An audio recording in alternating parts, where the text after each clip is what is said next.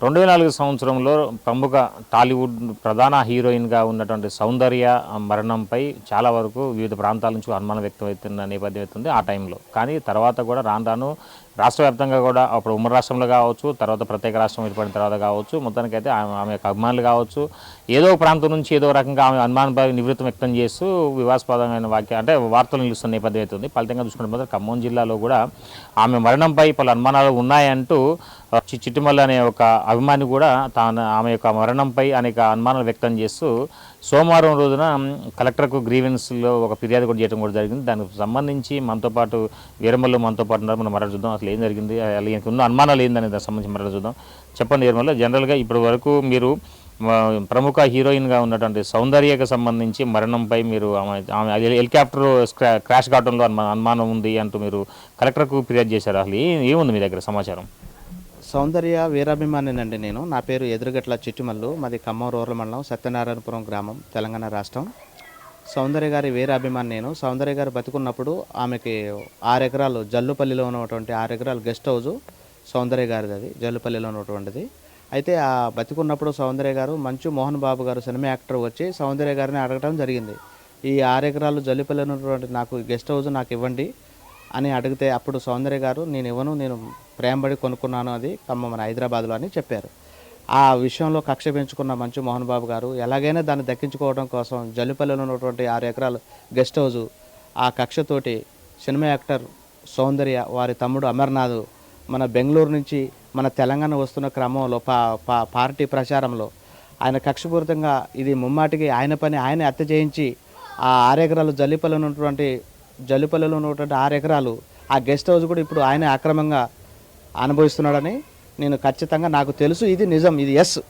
కాబట్టి ఈ మన డెత్ ఫైల్ సౌందర్య గారి డెత్ ఫైలు రీఓపెనింగ్ చేసి మన మంచు మోహన్ బాబు గారి మీద కేసు ఫైల్ చేసి మరి చట్టపరమైన చర్య తీసుకోవాలని నేను కోరుకుంటున్నాను. జల్లిపల్లిలో ఉన్నటువంటి 6 ఎకరాల గెస్ట్ హౌజు ఎమ్మటే గవర్నమెంట్ స్వాధీనం చేసుకొని మీడియా మిత్రులు కానీ, తర్వాత మిలిటరీ సోదరులు కానీ, పోలీసు వారికి కానీ, తర్వాత అనాథ ఆశ్రమానికి కానీ ఖచ్చితంగా ఆ 6 ఎకరాలు జల్లిపల్లిలో ఉన్నటువంటి 6 ఎకరాల గెస్ట్ హౌస్ని గవర్నమెంట్ వారు స్వాధీనం చేసుకోవాలని నా డిమాండ్. అదే జనరల్గా చూసుకుంటే మనం ఇప్పుడు చాలా వరకు కూడా ఆమె అనుమానాలపై వాళ్ళ కుటుంబీకులు కూడా సైలెంట్ అయిపోయిన నేపథ్యం అయితే ఉంది. మరోవైపు చూసుకుంటే మాత్రం మీరేమో అనుమానాలు వ్యక్తం చేస్తూ అంటే ఇన్ని సంవత్సరాల నుంచి ఎవరు కూడా అంటే ఈ ప్రాంతంలో ఆమె అనుమానాలపై నివృత్తం కొన్ని ప్రాంతాల్లో వచ్చినా సరే పూర్తి స్థాయిలో ఆధారాలు కూడా దొరకని పరిస్థితి ఉంది. కానీ మీకు ఎట్లా అనుమానం వస్తుంది? దానికి గల కారణం అంటే ఆమె ఎన్నికల ప్రచారం అప్పుడు బీజేపీ పార్టీ తరఫున ఆమె ప్రచారం చేసేందుకు ఆ టైంలో వెళ్ళిన నేపథ్యం అయితే ఉంది. కానీ ఇప్పుడు తాజాగా మంచు మోహన్ బాబు ఒక ప్రేమ ఉందంటే మీరు ఆరోపణ చేస్తుంది. మీకు ఆధారాలు ఉన్నాయి అసలుకి? ఆధారం అంటే సార్, నేను ఒకరోజు హైదరాబాద్ వెళ్ళాను సౌందర్య గారిని కలవటానికి. ఎప్పుడు? 2003లో. మీ వయసు ఎంత? అప్పుడు నాకు 16 సంవత్సరాలు ఉంటాయి. 16 సంవత్సరాలు అప్పుడు నేను వెళ్ళాను. అప్పుడు అక్కడ వాళ్ళు సినిమా వర్గాలు ఆ సౌందర్య గారి విషయంలో ఇట్లా అనుకున్నారు, ఇట్లా మంచు మోహన్ బాబు గారు ఇట్లా సౌందర్య గారిది ఒక 6 ఎకరాల గెస్ట్ హౌస్ అడగటం, తర్వాత సౌందర్య గారు తిరస్కరించడం, చాలా పగబెట్టుకున్నాడు సౌందర్య గారి మీద అని అక్కడ గుసగుసలు వినబడ్డాయి. తర్వాత అదే ఒక 1 ఇయర్లో ఆమె మరణించడం జరిగింది. ఆ మరణాన్ని ఇతనే హత్య చేయించి జనాలకి మరణంలో అసాధ్య మరణంలాగా దాన్ని సృష్టించాడు మంచు మోహన్ బాబు. దానికి కారణం ఏంటంటే ఆ జల్లిపల్లిలో ఉన్న 6 ఎకరాలు కూడా గెస్ట్ హౌస్ ఆయన అనుభవించాలని ఒక ఉద్దేశం. వాళ్ళ అన్న కూడా బీజేపీ పార్టీలో అప్పుడు కీలకంగా వ్యవహరించారు. అతను కూడా అప్పుడు ఆమెకి వెన్నంటూ ఉంటూనే ఎన్నికల ప్రచారంలో బెంగళూరు నుంచి వేరే ప్రాంతానికి పోయేటందుకు హెలికాప్టర్ ఎక్కించిన తరుణంలోనే ఒకసారిగా మంటలు చెలరేగినాయి అనేది ఆ ప్రాంతంలో అప్పుడు ఆ సమయంలో కూడా చాలా వరకు కూడా వచ్చినటువంటి అంటే మాటలు వినపడ్డాయి బాగా. కానీ మీరేమో ఈ మోహన్ బాబు ప్రమేయం ఉందంటే ఇప్పుడు ఆ గెస్ట్ హౌస్ ఎవరు ఆధీనంలో ఉంది? అది ఇప్పుడు ఆ గెస్ట్ హౌస్ సినిమా యాక్టర్ సౌందర్య గారిది. అది ఇప్పుడు సౌందర్య గారిని హత్య చేయించి ఇప్పుడు బలత్కరంగా మోహన్ బాబే అనుభవిస్తున్నాడు దాన్ని. అంటే ఆయన కొనుక్కున్నాడా లేదంటే ఆయన ఆక్యుపై చేసుకుంటా? ఆయన ఆక్యుపై చేసుకున్నాడు. ఆక్యుపై చేసుకుంటే మరి వాళ్ళ కుటుంబీకులు సౌందర్య వాళ్ళ కుటుంబీకులు కానీ లేదా వాళ్ళ బంధువులు కానీ ఊరుకోరు కదా? ఎవరైతే దానికి అడ్డుగా ఉన్నారో వాళ్ళిద్దరిని చంపించేసిండు కదా, ఇక ఎవరు అడ్డు చెప్పలేరు ఆయనకి. అందుకనే అట్లా వాళ్ళిద్దరు ఉన్నారు కాబట్టి అడ్డుగా వాళ్ళిద్దరిని మన హత్య చేయించి ఆయన అనుభవంగా బలవంతంగా అనుభవిస్తున్నాడు. మరి మీరు ఏమైనా పోలీసు కంప్లైంట్ చేశారా ఇది అప్పటి నుంచి? కానీ ఇప్పుడు నేను పోలీస్ కంప్లైంట్ చేశాను. ఖమ్మం రూరల్లో మన సిఐ గారికి కంప్లైంట్ ఇచ్చాను. రసీదు కూడా ఉంది నా దగ్గర, రసీదు ఇది.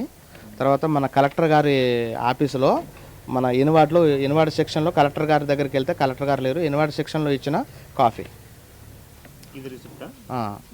ఇది కలెక్టర్లో ఇన్వార్డ్లో ఉన్నది. ఇది తర్వాత మన రసీదు.